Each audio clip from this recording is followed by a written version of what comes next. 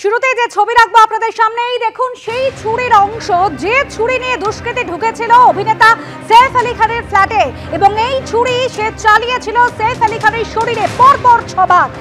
বোঝাই যাচ্ছে চিকিৎসকরা এই অংশটি গেঁথেছিল যেটা সৈফ আলী খানের শরীরে, সেই অংশটি বার করেছেন অস্ত্রোপচারের মাধ্যমে।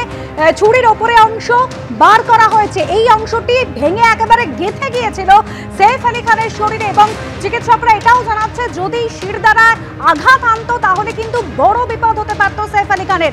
খুব কাছে ছিল শিরদাঁড়ার এবং যে অংশটি ছুরির এই সামনের ফলাটি একেবারে অস্ত্রোপচার করে কেটে বার করা হয়েছে, কিন্তু ছবিতে স্পষ্ট কতটা অংশ ঢুকেছিল সৈফ আলী খানের শরীরের ভিতরে।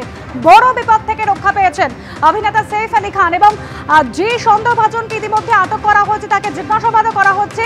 আরও একটা বিষয় কিন্তু সামনে আসছে, সেই দুষ্কৃতী কিন্তু শুধুমাত্র চুরির উদ্দেশ্যে মনে করা হচ্ছিল বা যে কারণেই হোক সৈফ আলী খানের বাড়িতে ঢুকেছিল। শুধুমাত্র সময়টা দেখুন, রাত 1:37 সৈফ বাড়ির সিঁড়ি দিয়ে সেই আততায়ী উঠে যাচ্ছিল, সিসিটিভি ফুটেজে ধরা পড়েছে এবং তারপর দীর্ঘক্ষণ কিন্তু প্রায় ঘন্টাখানেক ধরে সৈফ আলী খান ওই দুষ্কৃতী তারা কিন্তু সৈফ আলী খানের বাড়িতে ছিল। ঠিক এখানেই প্রশ্নটা উঠছে কি কারণ 1 ঘন্টা ধরে সৈফ আলী খানের বাড়িতে ওই দুষ্কৃতী কি করছিল। পুরুষোত্তম পণ্ডিত আমাদের প্রতিনিধি সরাসরি রয়েছেন আমাদের সঙ্গে। পুরুষোত্তম, ভয়ঙ্কর ছবি, ছুরির যে অংশটা দেখা যাচ্ছে একেবারে ফলার দিকের যে অংশটা সৈফ আলী খানের শরীরে গেঁথেছিল, ভয়াবহ বিপদ হতে পারত এবং সিসিটিভি ফুটেজের সময়টাও সামনে আসছে। প্রায় 1 ঘন্টা সৈফ আলী খানের বাড়িতে ছিল ওই দুষ্কৃতী। একেবারে অংশ ভীষণ বিচলিত করার মতন একটা ছবি, যে ছবিটা আমরা দেখাচ্ছি মুহূর্তে দর্শকদের, যে দীর্ঘ ছুরির একটি ফলা যেটা ভেঙে গিয়ে সৈফ আলী খানের শরীরের ভেতরে ছিল এবং চিকিৎসকেরা যেটা জানিয়েছেন যে আর 2 মিলিমিটার ভেতরে যদি ঢুকতো সেই তীক্ষ্ণ ফলা তাহলে তা গিয়ে সৈফ আলী খানের শিরদাঁড়ায় আঘাত করত।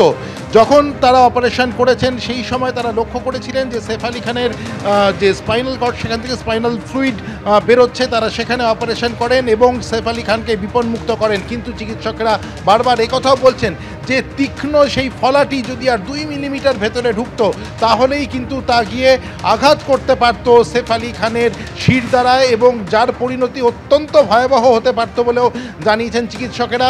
আমরা এই মুহূর্তে দেখছি সেই ছবি, যে একটি ছুরির দীর্ঘ একটি ধারালো তীক্ষ্ণ ফলা যেটা ঢুকেছিল সৈফ আলী খানের শরীরের ভেতরে এবং অপারেট করে চিকিৎসকেরা যে অংশ বার করেছেন সেই ছবি আমরা এই মুহূর্তে দেখতে পাচ্ছি। এবং আমরা যেটা জানতে পেরেছি যে মুম্বাই পুলিশ ইতিমধ্যেই ছুরির এই ফলাটিকে এভিডেন্স হিসেবে নিজেদের হেফাজতে নিয়েছে তদন্তের স্বার্থে। সৈফ আলী খানের শিরদাঁড়ার ঠিক পাশে এই দীর্ঘ ছুরির ফলা বিঁধেছিল।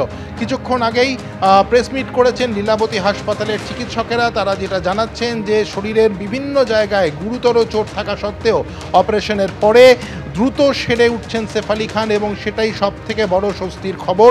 আজকের সকালে তাকে হাঁটতে বলেন চিকিৎসকেরা এবং সৈফ আলী খান স্বাভাবিকভাবে হাঁটাচলাও করেছেন এবং চিকিৎসকেরা যেটা আশা করছেন যে আগামী সপ্তাহখানেক নজরদারিতে থাকার পর, বিশ্রামে থাকার পর সৈফ আলী খানকে তারা ছেড়ে দিতে পারবেন হাসপাতাল থেকে।